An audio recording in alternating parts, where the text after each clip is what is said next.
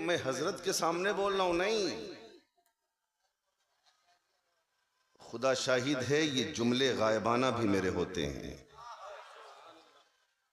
और इसमें मुबालगा भी नहीं, यही सच्चाई है, यही हकीकत है। मैंने बहुत सारे पीरों को देखा और पीरों का मुआयना किया तो पता चला कि लंदन में उनकी बिल्डिंग, अमेरिका में उनकी बिल्डिंग, अफ्रीका में उनके मकान, उनके होटल, इंडिया के शहरों में बेशुमार मकान, कोठियां, गाड़ियां वगैरह वगैरह। लेकिन मैंने जब इस पीर को देखा, खुदा की कसम, मैंने जब इनको देखा तो इधर उधर बिल्डिंग नहीं है, कलिया चक में मदरसा, मुर्शिदाबाद में मदरसा, मिल्की में मदरसा, राजमहल में मदरसा। मैंने कहा मसूद मियां, ये मदरसा के कयाम की जरूरत क्या है? तो सरकार मसूद मिल्लत कहते हैं, बेटा हम हुसैन की औलाद हैं और मेरे बाबा हुसैन ने मैदाने करबला में कुरान को बचाने के लिए गर्दन दे दी और मैंने कुरान को बचाने के लिए मदरसा का कयाम किया। ना हम कुरान को मिटने देंगे, ना नबी की शरीयत को मिटने देंगे। आज हमारे समाज को, आज हमारी कौम को ऐसे ही पीर की जरूरत है और बड़े खुशनसीब हो मियां। मैं ऐसा नहीं कि मैं हजरत को आज से जान रहा हूं, हजरत की करम नवाजियां, मोहब्बतें, शफकतें लगभग 15 से 20 सालों से। यह अलग बात है कि बीच में मुलाकात का फासला जरा लंबा हो गया, लेकिन हकीकत यह है कि इस मर्द कलंदर ने जो दीन का काम किया है, इस मर्द मुजाहिद जो अपने बाबा की सुन्नत पे चल के नबी की शरीयत की हिफाजत का जो बेड़ा उठाया है, अगर हर खानकाह का पीर आगे बढ़ जाए इस काम करने के लिए, तो न कोई बेटा कुरान को आंख दिखा सकता है, न मुसलमान को आंख दिखला सकता है। और मुसलमानों को आंख दिखाने वालों, जरा संभल के दिखाना। अभी भारत में हुसैन का बेटा जिंदा है, अभी हिंदुस्तान में अली की औलाद जिंदा है, और जब तक अली की औलाद हिंदुस्तान में रहेगी, न इस हिंदुस्तान से कुरान निकलेगा, न मुसलमान निकलेगा। अब ये बताओ, तकरीर सुनोगे आप? सुनोगे? जरा मोहब्बत से बोल दो या हुसैन, और प्यार से बोलो या हुसैन। इस नियत से बोलो कि मेरा आका हुसैन करबला से हमें मुलाहिजा कर रहा है। दुरूद पाक पढ़ लीजिए। अल्लाहुम्मा सल्ली अला सय्यिदना व नबियना व हबीबना मौलाना मुहम्मदिन बारिक वसल्लिम सल्लु अलैहि सलातुम व सलामुन अलैका या रसूलल्लाह सलातुम व सलामुन अलैका या हबीबल्लाह सल्लल्लाहु तआला अलैहि वसल्लम। ए मियां साइलेंट रहो।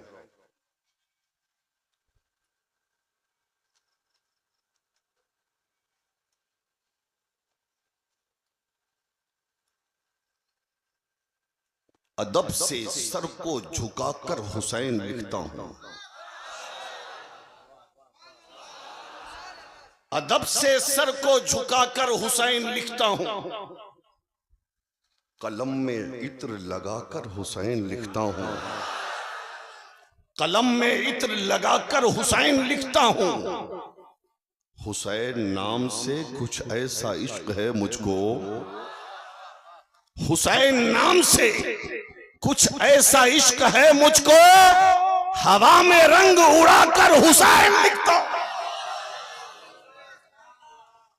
और मेरे हुसैन का सजदा बड़ा निराला है, मेरे हुसैन का सजदा बड़ा निराला है। उस एक सजदे ने इस्लाम को संभाला है, उस एक सजदे ने इस्लाम को संभाला है। और जो बच गया, जो बच गया अली अकबर की जद से करबल में, उसे तबस्सुमे असगर ने मार डाला है, उसे तबस्सुमे असगर ने मार डाला है। कत्ले हुसैन असल में मर्गे यजीद है, इस्लाम जिंदा होता है हर करबला के बाद। हजरात, अल्लाह कुरान में फरमाता है, महबूब तुम कह दो कि मेरी वजह से तुम्हें कुरान मिला, मेरी वजह से तुम्हें इस्लाम मिला, मेरी वजह से तुम्हें शरीयत मिली, मेरी वजह से तुम्हें कानून मुस्तफ़ा मिला, मेरी वजह से तुम्हें जन्नत मिली, मेरी वजह से तुम्हें रहमान मिला, मेरी वजह से तुम्हें दीनों दुनिया की दौलत मिली। लेकिन उसके बावजूद मैं तुमसे इस पर कोई बदला नहीं मांगता, इस पे कोई अज्र तलब नहीं करता। या रसूलल्लाह, आपका तो काम है कुरान लेके आना, आप लेके आ गए, इस्लाम लेके आना काम था, आप आ गए, शरीयत लेके आना काम था, आप लेके आ गए, फिर किस चीज पे बदला नहीं मांगते आप? मेरे आका फरमाते हैं, मेरे गुलामों, मैं कुरान लाया उस पर बदला नहीं, मैं दीन लाया उस पर बदला नहीं, मैं शरीयत लाया उस पर बदला नहीं, मेरी वजह से जन्नत में जाओगे उस पर बदला नहीं, मेरी वजह से रहमान मिला उस पर बदला नहीं, बल्कि बदला इस चीज का मांग रहा हूं मेरे गुलामों कि मैंने तेरे लिए बहुत आंसू बहाए हैं, मैंने तेरे लिए खाना भी छोड़ा है, मैंने तेरे लिए पानी भी छोड़ा है, मैंने तुझे बचाने के लिए अपना कुंबा कुर्बान किया है। इसलिए बदला ये कि ऐ मेरे गुलामों, कोई दूसरी चीज नहीं चाहिए, बस इतना करना कि मेरी अहले बैत से मोहब्बत करना, मेरी आल से प्यार करना। इसलिए तो हजरत बेदम वारसी कहते हैं, बेदम यही तो पांच हैं मकसूद कायनात, बेदम यही तो पांच हैं मकसूद कायनात, खैरुन्निसा हुसैन और हसन मुस्तफा अली। शब आशूरा है, इसलिए जरूरी है कि आका हुसैन का जिक्र हो जाए। तैयार हैं आप? जरा जोर से बोल दे या हुसैन, और जोर से बोले या हुसैन।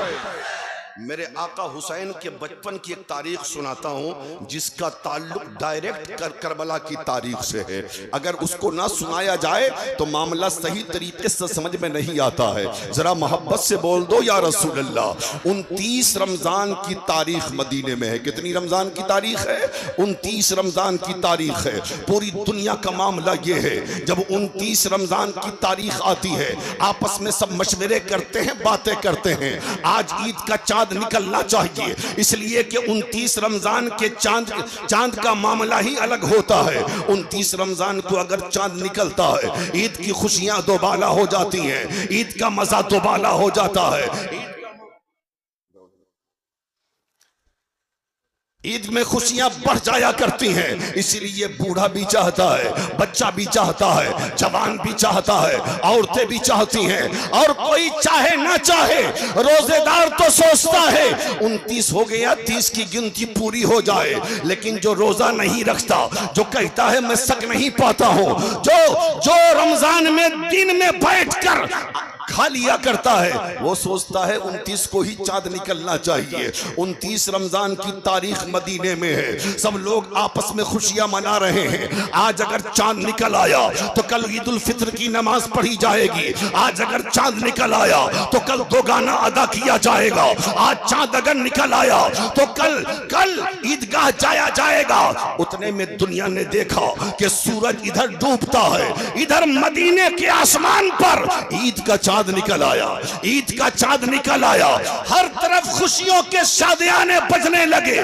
बूढ़ा भी खुशी मना रहा है, औरतें भी खुशी मना रही हैं, जवान भी खुशियां मना रहे हैं, बच्चे भी खुशियां मना रहे हैं। लेकिन उसी मदीने में एक बेटी है जिसे खातूने जन्नत कहा जाता है, जिसे शहजादी मुस्तफा कहा जाता है।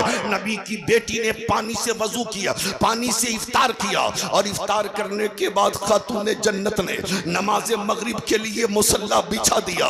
अभी नियत बांधना चाह रही थी कि घर के बाहर से इमाम हसन भी आ गए, घर के बाहर से इमाम घर के बाहर से हसनैन करीमैन आ गए, मुसल्लाए फातिमतुज़ ज़हरा पे आगे बैठ गए। हजरत खातून जन्नत ने कहा, मेरे बेटो हटो ना, नमाज पढ़ लेने दो। हजरत इमाम हसनैन कहते हैं, अम्मी जान सुना है ईद का चांद निकल आया है। हाँ मेरे बेटे, ईद का चांद निकल आया है। ऐ मेरी अम्मी जान, कल सब लोग ईदगाह जाएंगे ना? हाँ मेरे नौनिहालो, सब लोग ईदगाह जाएंगे, सब लोग नए नए कपड़े पहन के जाएंगे ना? हाँ सब लोग नए नए कपड़े पहन के जाएंगे। अम्मी जान ये भी तो बता दें, हम कौन सा कपड़ा पहन के जाएंगे, हम कौन सा जोड़ा पहन के जाएंगे? नबी की बेटी ने थोड़ी देर तक सर को नीचे रख के सोचा और सोच के कहा, मेरे बेटो तुम दोनों उसी कपड़े को पहन के जाओगे जिस कपड़े को तुमने अभी पहन रखा है। हजरत इमाम हसनैन कदमों से मचल जाते हैं और कदमों से लिपट के कहते हैं, अम्मी जान नहीं, मुझे भी नया जोड़ा चाहिए, मुझे भी नया कपड़ा चाहिए, मुझे भी नया लिबास चाहिए।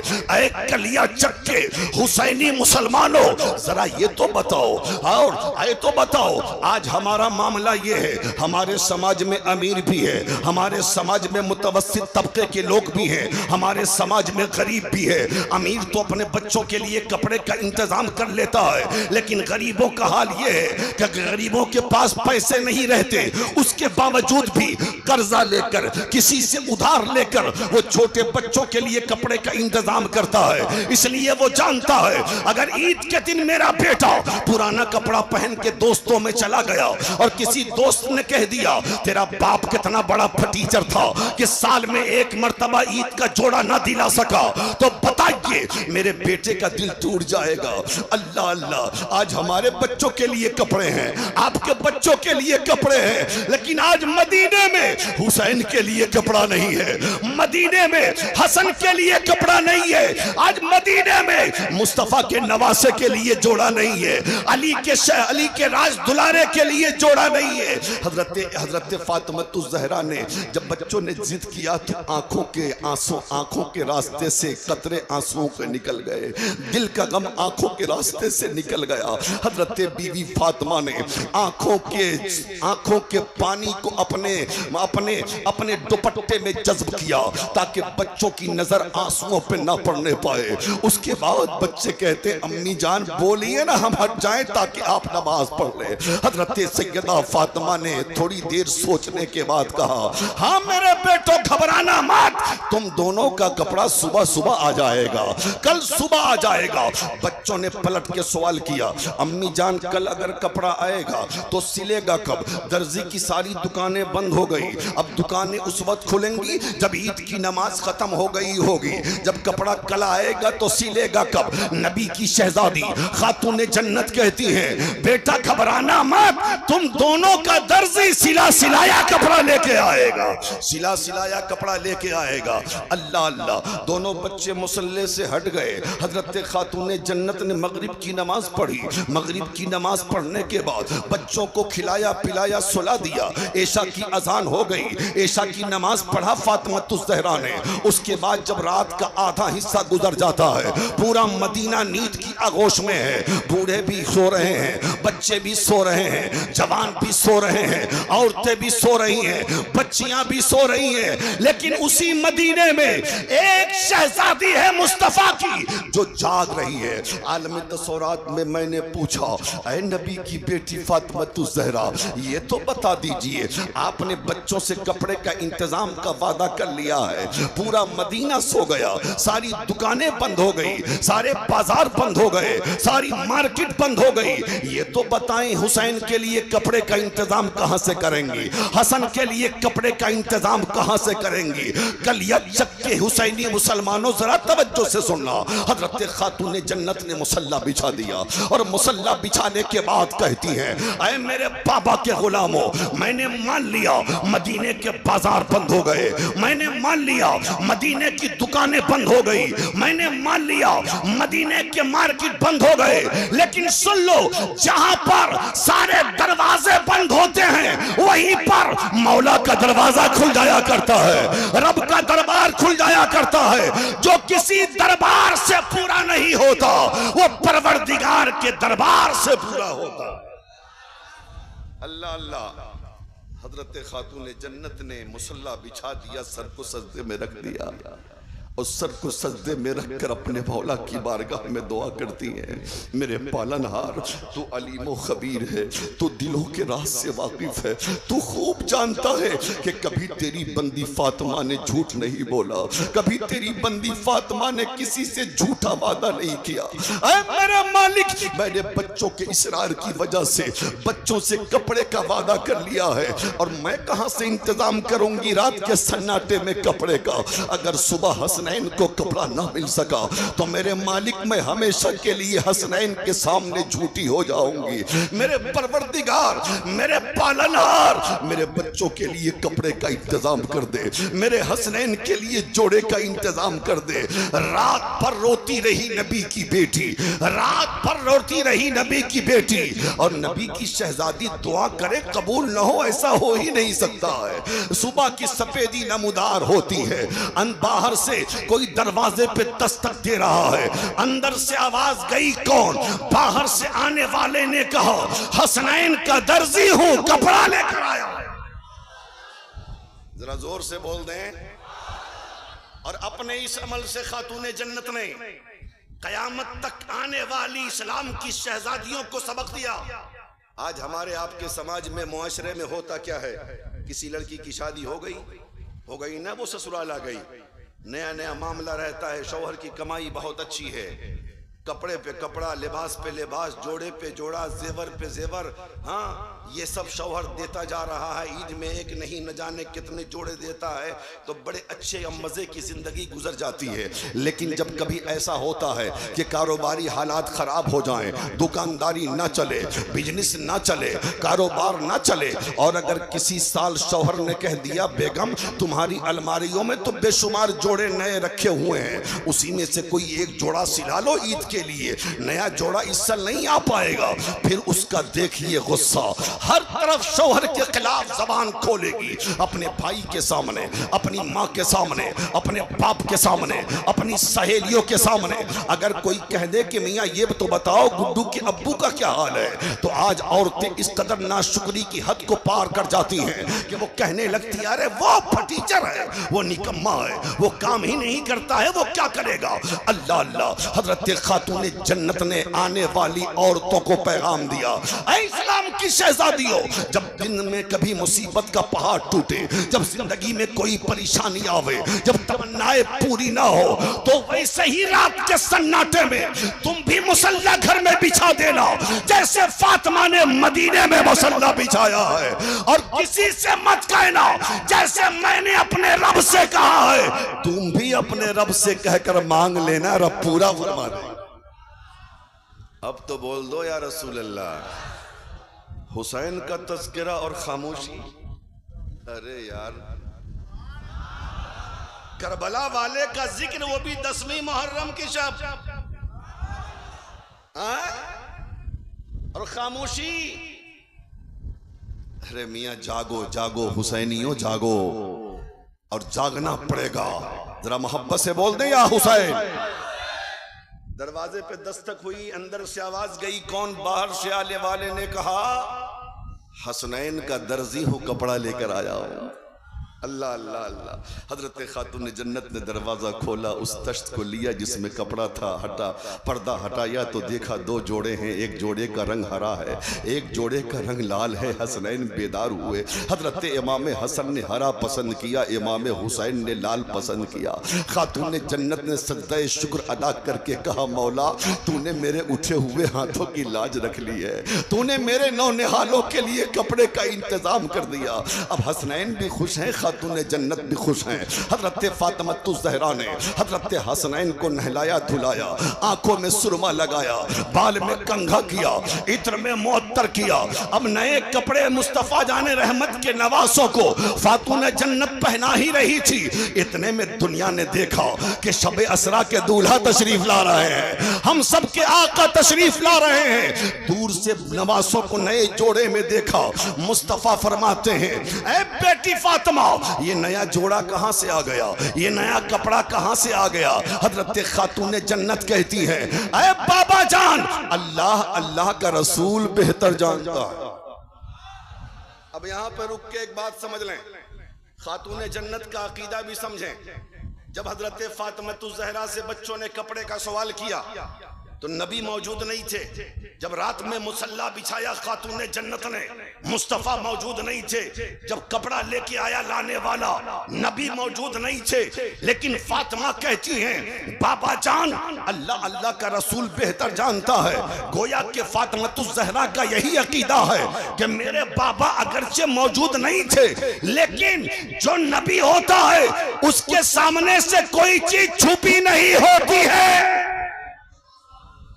मेरे बाबा नहीं थे लेकिन फिर भी सब जान रहे हैं, फिर भी सब जान रहे हैं। और नबी ने भी ये नहीं फरमाया कि बेटी कैसी बात करती हो, मैं तो था ही नहीं, मुझे क्या पता। बल्कि मेरे आका फरमाते हैं हाँ बेटी फातिमा, हाँ बेटी फातिमा सुनो, जब रात के सन्नाटे में तुमने कपड़े का वादा कर लिया और बच्चों के लिए कपड़े के इंतजाम के लिए तुमने रात में मुसल्ला बिछा दिया और रात भर रोती रही, तो रब ने जिब्राइल से कहा ऐ जिब्राइल सिदरा पर बैठने का वक्त नहीं है, जन्नत से 2 जोड़े ले लो और हसनैन के जागने से पहले फातिमा के घर पहुंचा दो, ताकि जब हसनैन बेदार हो तो उनको कपड़ा मिल सके। ऐ मेरी बेटी फातिमा, कपड़ा भेजने वाला खुदा, कपड़ा जन्नत से आया था।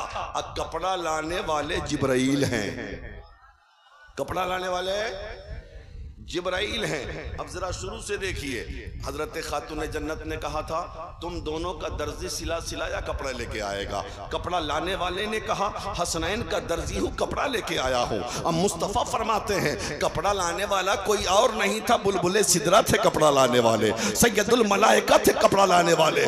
पता चला हुसैन उस साथे गिरामी का नाम है जिसका दर्जी बनकर, जिनके खादिम बनकर बुलबुल सिदरा सैयदुल मलाइका जिब्राइल अमी आ रहे हैं, जिब्राइल अमी आ रहे हैं। अरे जिनके खादिम बनकर जिब्राइल आवे, उस हुसैन का मकाम कितना ऊंचा हो।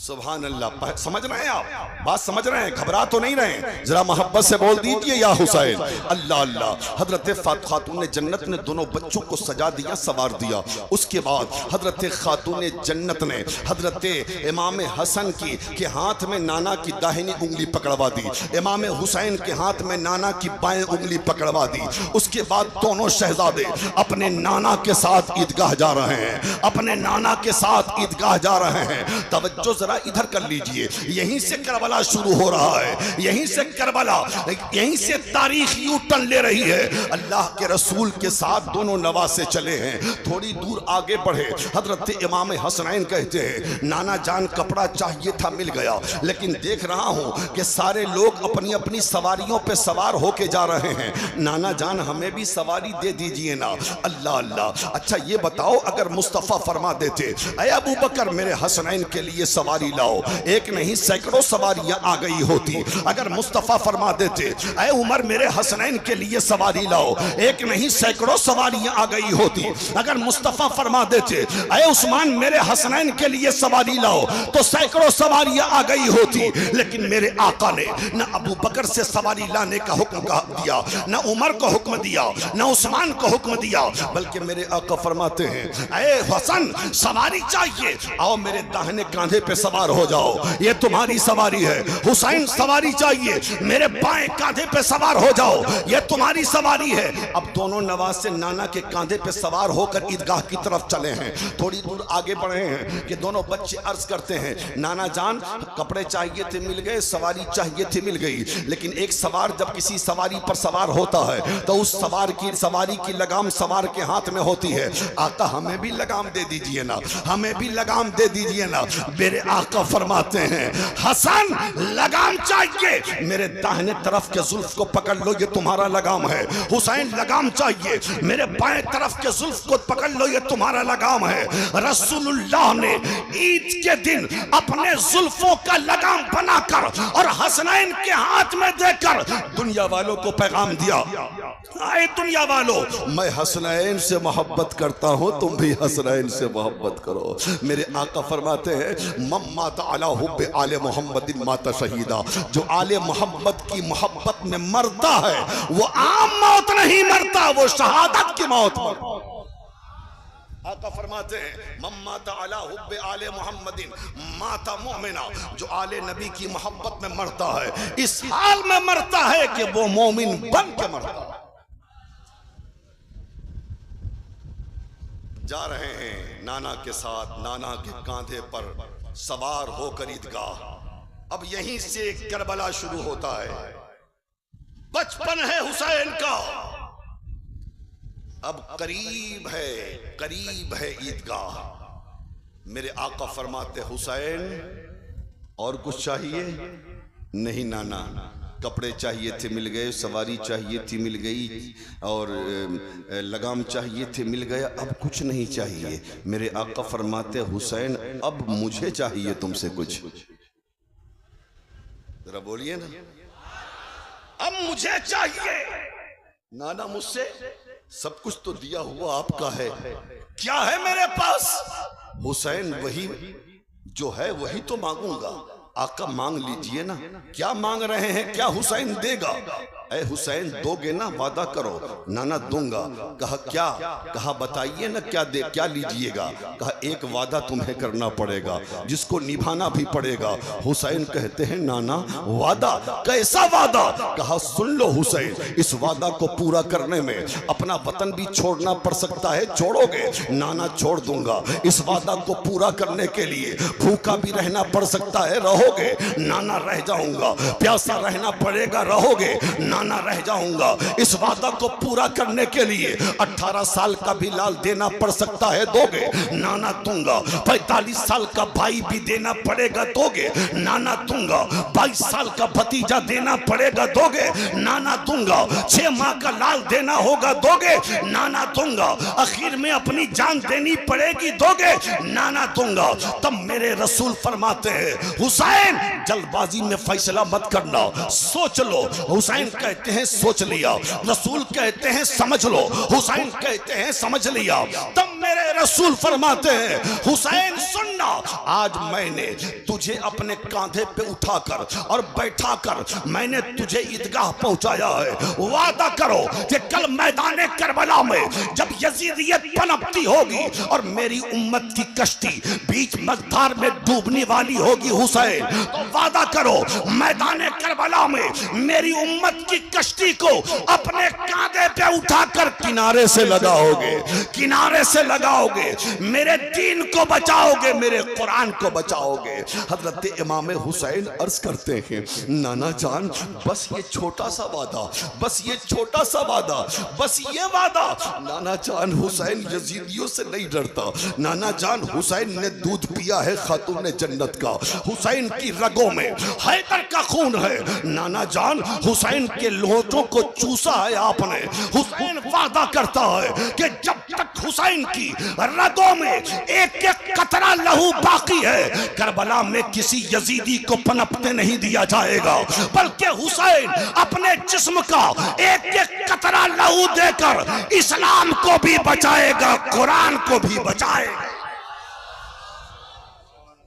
इस्लाम को भी बचाएगा और कुरान को भी बचाएगा। बचपन में इमाम ने वादा किया था, आज हमारा हाल क्या है? अभी वादा कर लिया कल भूल गया, कल वादा कर लिया परसों भूल गया, अभी वादा किया 2 घंटे के बाद भूल गए। लेकिन इमाम बचपन में वादा कर रहे हैं और पूरा कब कर रहे हैं पता है? वक्त शहादत इमाम की उम्र कितनी थी? 56 साल 6 महीना 4 दिन। कितने? 56 साल 6 महीना 4 दिन की उम्र थी इमाम पाक की वक्त शहादत। मोटा मोटी मान लो 56.5 साल। बचपन में वादा किया था, पूरा कर रहे हैं। हुसैन, आज कुछ जालिम लोग कहते हैं कि हुसैन करबला गए थे इख्तिदार के लिए। अरे जालिम, हुसैन तो उस जात का नाम है।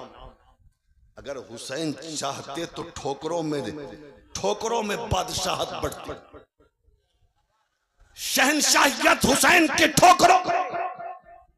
हुसैन इख्तिदार के लिए करबला जाते तो 7 साल की सकीना को न ले जाते, 14 साल के अब्बास ज़ैनुल आबिदीन को न ले जाते, 6 माह का असगर साथ ना होता, औरतें ना होती, बहन ना होती, बूढ़े ना होते, बीमार ना होते। हुसैन तो अपना वादा निभाने गए थे। और पानी जो बंद हुआ, लोग कहते हैं हुसैन करबला में मजबूर थे। जालिम, मेरा हुसैन न कल मजबूर था न आज मजबूर है। मेरा हुसैन कल भी मुख्तार था, आज भी मुख्तार है। ये अलग बात है करबला में हुसैन मजलूम थे। अगर ठोकर मार देते तो वैसे ही जमजम निकलता करबला की रेतों से, जैसे इस्माइल की ठोकर ने जमजम निकाला था। और सुनो एक बात, याद आ गई तो सुन लो। हजरत इमाम अली असगर, नाम सुना है? नाम सुना है? सीने में दिल है? तो सुन लो। इमाम अली असगर तारीखों में आता है वक्त शहादत 6 महीने की उम्र पाक थी। लेकिन किसी किताब में यह नहीं है कि हजरत अली असगर को जमीन पे किसी ने लिटाया। कभी शहरबानों के हाथ में, कभी उम्मे रुबाब की गोद में, कभी हजरत ज़ैनब की गोद में, कभी कासिम की गोद में, कभी अली अकबर की गोद में, कभी सकीना की गोद में, कभी ज़ैनब की गोद में और कभी हुसैन की गोद में अली असगर, कभी हुसैन की गोद में अली असगर। आसान था ना? खेमे में कपड़ा या कोई चिटाई बिछाकर असगर को लिटाया जा सकता था करबला में, लेकिन लिटाया क्यों नहीं गया? पता है, यह खतरा था कि अगर असगर को जमीन पे लिटाया जाता तो कहीं ऐसा ना हो कि असगर अगर एड़ी रगड़ दे तो कहीं दूसरा जमजम न जमीन से निकल आए, कहीं दूसरा जमजम न जमीन से निकल आए। इसलिए गोदियों पे टहलते रहे असगर,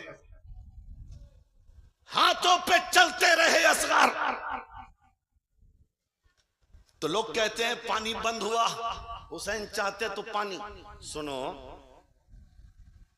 जब हुसैन को चैलेंज किया जालिमों ने तो अजमेर से हुसैन के बेटे ने आवाज दिया, जरा जोर से और लहक के बोलो। जब इमाम हुसैन को जालिमों ने चैलेंज किया तो हुसैन का बेटा मोइनुद्दीन की सूरत में अजमेर से आवाज देता है, जालिमों मेरे आका हुसैन को चैलेंज करते हो कि मजबूर थे, पानी ना निकाल सके जमीन से, पानी पर हुकूमत नहीं थी हुसैन की। अरे सुन, जहां पर कलमा पढ़ने वाले होते वहां करामत नहीं दिखाया जाता। अगर हुसैन की हुकूमत देखनी है तो अजमेर में हुसैन के लाल की हुकूमत देख। पृथ्वीराज ने पानी बंद कर दिया, बंद करो पानी, नहीं मिलेगा गरीब नवाज के चाहने वालों को एक कतरा पानी। तो गरीब नवाज ने कहा बेटा ये करबला नहीं है कि छोड़ देंगे, जरा जोर से बोलो, कहा ये करबला नहीं है कि छोड़ देंगे। ये हिंदुस्तान है, ये हिंदुस्तान है, प्यासे रहने वाले नहीं है। कहा अपने मुरीद से ले ले कटोरा। आज भी वो कटोरा अजमेर में, कितना बड़ा कटोरा है पता है? कभी देखा आप लोगों ने? नहीं देखा। मैं बता दूं उसमें 7.5 लीटर पानी अटता है। कितना? गरीब नवाज के उस कासे में, जिस कासे को लेकर हजरत गरीब नवाज ने अना सागर को समेटने के लिए भेजा था, उस कासे में 7.5 लीटर पानी अटता है। और आज भी अजमेर में। पृथ्वीराज चौहान से कहा जालिम ये करबला नहीं है, बंद करता है बंद कर, पहरे लगाता है लगा, ले ले कटोरा मेरे लाल और चला जा अना सागर के पास और कहना चल तुझे गरीब नवाज ने बुलाया है। जमाने ने देख लिया, जिस हुसैन को मजबूर कहा था करबला में जालिमों ने, उस हुसैन का बेटा अजमेर में पूरे अना सागर को एक कटोरे में समा रहा है और समा के बता रहा है अरे जब अजमेर में हुसैन का बेटा मोइनुद्दीन इतना बाइख्तियार है तो करबला में हुसैन भी बाइख्तियार था। लेकिन वहां तो मुकद्दर था कि प्यासा रहना है, भूखा रहना है। और वो शहीद करने वाले कौन थे? कलमा पढ़ने वाले थे, नमाज पढ़ने वाले थे, कुरान पढ़ने वाले थे। वो जानते थे ये हुसैन इब्ने अली हैं, वो जानते थे ये मुस्तफा का नवासा है, वो जानते थे ये फातिमा का बेटा है, वो जानते थे ये जन्नती जवानों का सरदार है, वो जानते थे कि ये जन्नती जवानों का सरदार है, वो जानते थे कि ये वो हुसैन है जिनके लिए रसूल ने खुतबा को छोड़ दिया, ये वो हुसैन है जिनके लिए मुस्तफा ने सजदा लंबा कर दिया, ये वो हुसैन है जिनके होठों को चूसा है मुस्तफा ने। वो जानते थे ये वही हुसैन है जिनके लिए फरिश्ते ने जन्नत से जोड़ा लाया, ये वही हुसैन है। लेकिन इख्तिदार की हवस थी, इख्तिदार की लालच थी, उसे अंधा बना दिया था, इसलिए लड़ने चले आए मैदान करबला में।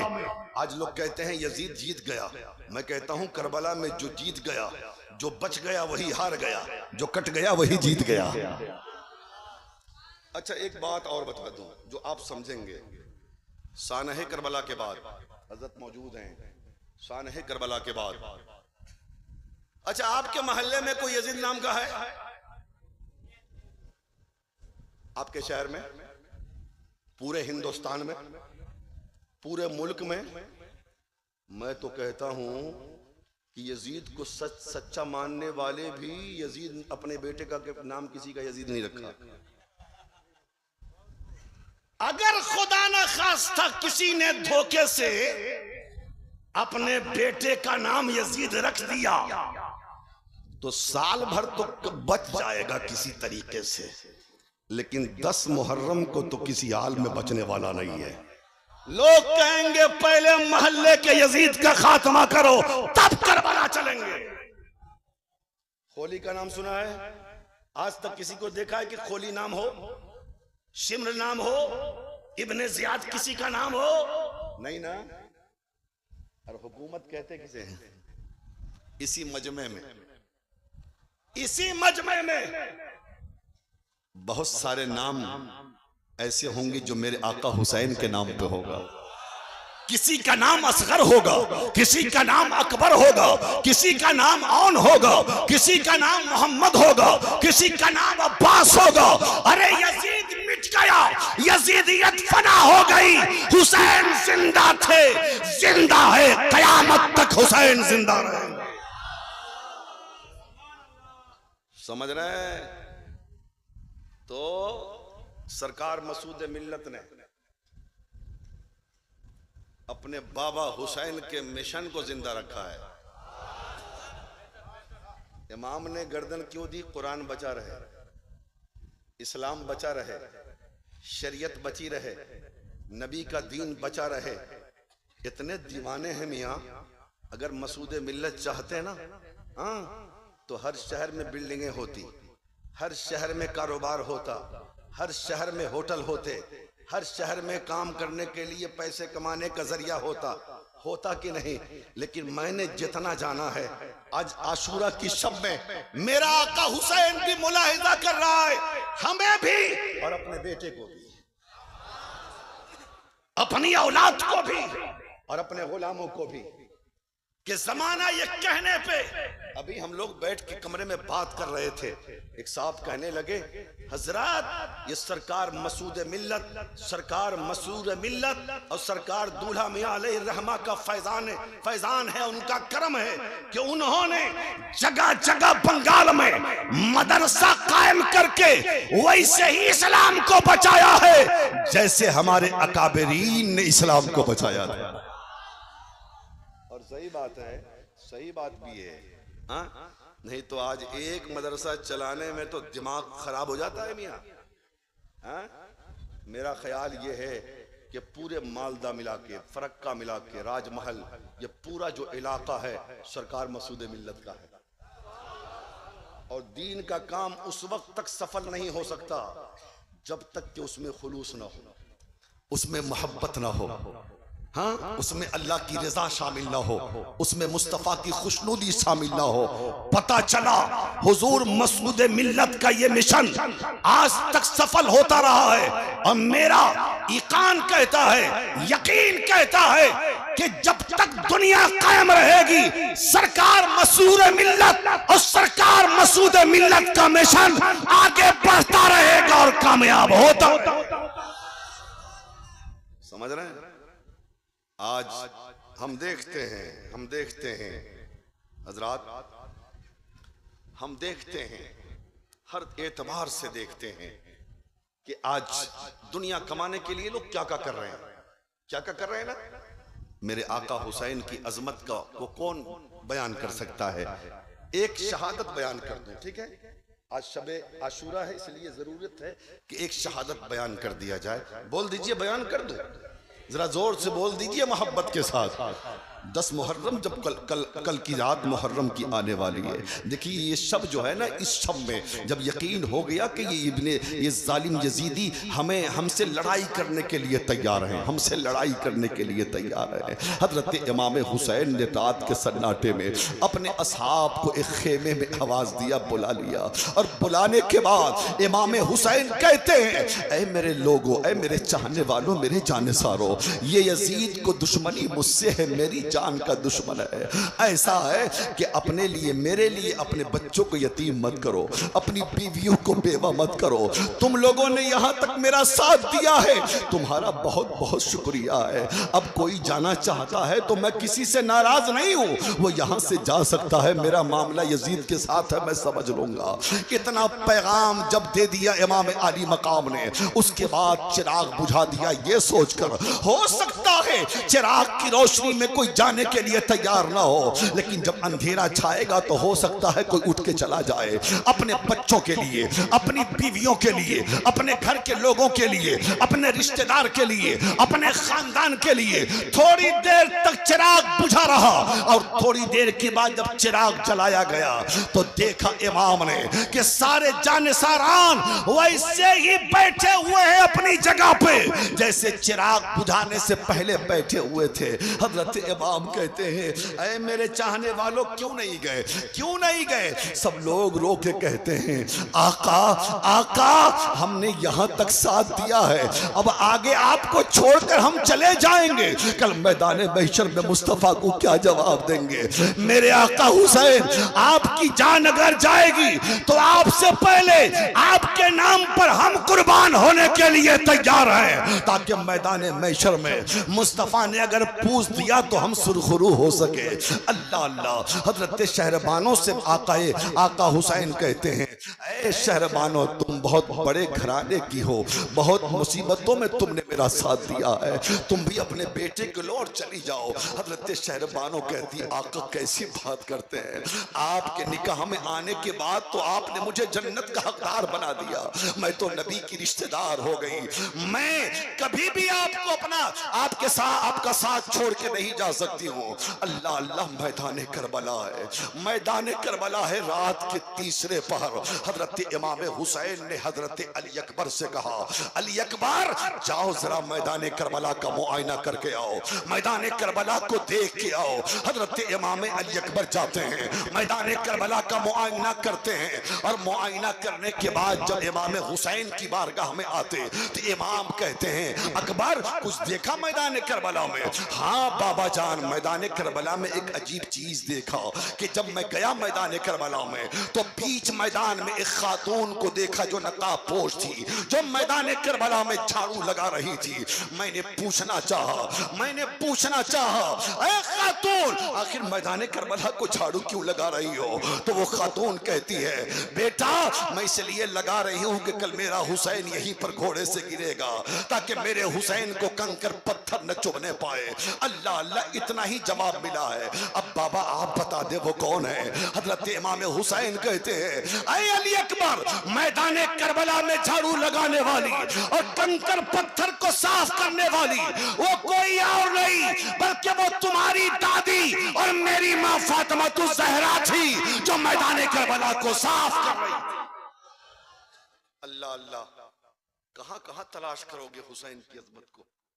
इतना आसान है करबला सुनना और करबला सुनाना। मैं कहता हूं अपने आप को बदलना है, अपनी नस्लों को बदलना है, अपने बच्चों को करबला सुनाया करो, अपने बच्चों को करबला सिखाया करो, अपने बच्चों को करबला सिखाया करो। जब करबला सिखाओगे ना उसे पता चलेगा कि इस्लाम की इतनी अच्छी सूरत, इस्लाम का इतना अच्छा चेहरा, कुरान का इतना पवित्र और पाक चेहरा ऐसे ही हम तक नहीं पहुंचा है, बल्कि जब अली असगर का खून इस्लाम की जड़ों में आया है तब इस्लाम बचा है, जब अब्बास का खून आया है तब इस्लाम बचा है, जब कासिम का लहू आया है तब इस्लाम बचा है, जब हैदर करार के लाल का लहू आया है तब इस्लाम बचा है। और आज हमें गर्दन कटाने की जरूरत नहीं है, आज हमें अपनी कुर्बानियां देने की जरूरत नहीं है, आज किरदारे हुसैनी अपनाने की जरूरत है। बस 2 जुमले में मेरी तकरीर खत्म हो रही है, 2 जुमला। आज तक नबी होने का दावा बहुत सारे लोगों ने किया, आप तारीख उठाएं उलमा से पूछें, लेकिन आज तक किसी ने हुसैन होने का दावा नहीं किया। सुन रहे हैं? नबी होने का, रसूल होने का दावा तो बहुतों ने किया, लेकिन हुसैन होने का दावा किसी ने नहीं किया। पता है क्यों? इसलिए कि जानता है कि अगर हुसैन होने का दावा करेंगे तो 18 साल का बेटा देना होगा, अगर हुसैन होने का दावा करेंगे तो 45 साल का भाई देना होगा, अगर हुसैन होने का दावा करेंगे तो 6 माह का लाल देना होगा, अगर हुसैन होने का दावा करेंगे तो वतन छोड़ना होगा, अगर हुसैन होने का दावा करेंगे तो अपनी कुर्बानी देनी होगी। इसलिए नबी होने का दावा तो बहुतों ने किया, लेकिन हुसैन होने का दावा किसी ने नहीं किया। इसलिए तो एक हिंदू औरत हैदराबाद में तकरीर कर रही थी, भाषण कर रही थी, भाषण करते करते उसने मुसलमानों को एक चैलेंज किया था, अरे मुसलमानों, इतना बड़ा मजमा है, बहुत सारे मुसलमान हैं, एक सवाल का जवाब दो। लोगों ने कहा क्या सवाल है हिंदू औरत तुम्हारा? कहा ये बताओ कि एक हुसैन पैदा हुआ था 1400 बरस पहले मदीने में, एक हुसैन पैदा हुआ था 1400 बरस पहले मदीने में। क्या बात है, 1400 बरस हो गए, आज तक दूसरा हुसैन न पैदा हो सका। जाहिर बात है जब सवाल हुआ तो पूरा सन्नाटा, कोई जवाब देने वाला नहीं, कोई उठने वाला नहीं। दोबारा उस औरत ने चैलेंज किया मुसलमानों को, फिर भी कोई नहीं उठा। जब तीसरी मर्तबा उसने चैलेंज किया तो एक बूढ़ा, चेहरे पे दाढ़ी, सर पे टोपी, इस्लामी लिबास, वो खड़ा होता है और कहता है, ऐ हिंदू औरत बता तेरा सवाल क्या है। वो कहती है मेरा सवाल ये है, एक हुसैन पैदा हुआ था 1400 बरस पहले मदीने में, आज तक दूसरा हुसैन क्यों ना आया, इसका जवाब बता। तो वो मुसलमान कहता है, ज़ईफ आदमी, वो कहता है, ऐ हिंदू औरत मैं तेरे सवाल का जवाब देता हूं। कहा जवाब दे दो, क्या जवाब दे रहे हो। वो बूढ़ा कहता है, ऐ हिंदू औरत दूसरा हुसैन तो पैदा हो जाता लेकिन फातिमा जैसी कोई मां ना रही, फातिमा जैसी कोई न मां रही।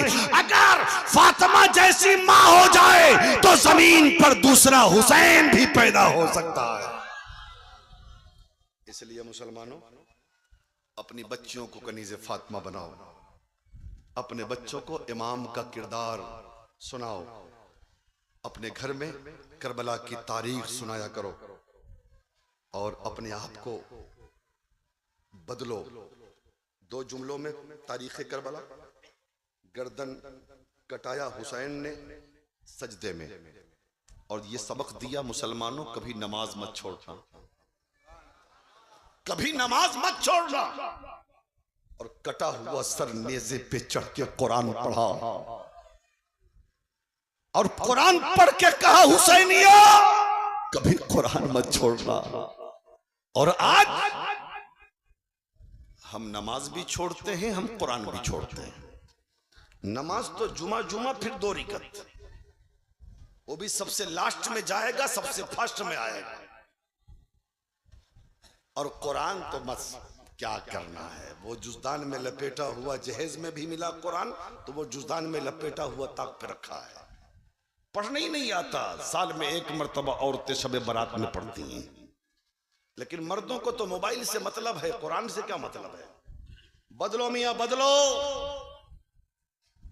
बदलो अपने आप को, चेहरे पे दाढ़ी सजाओ, जिस्म पे इस्लामी लिबास सजाओ, अपनी मस्जिदों को आबाद करो, कुरान को सीने से लगाओ।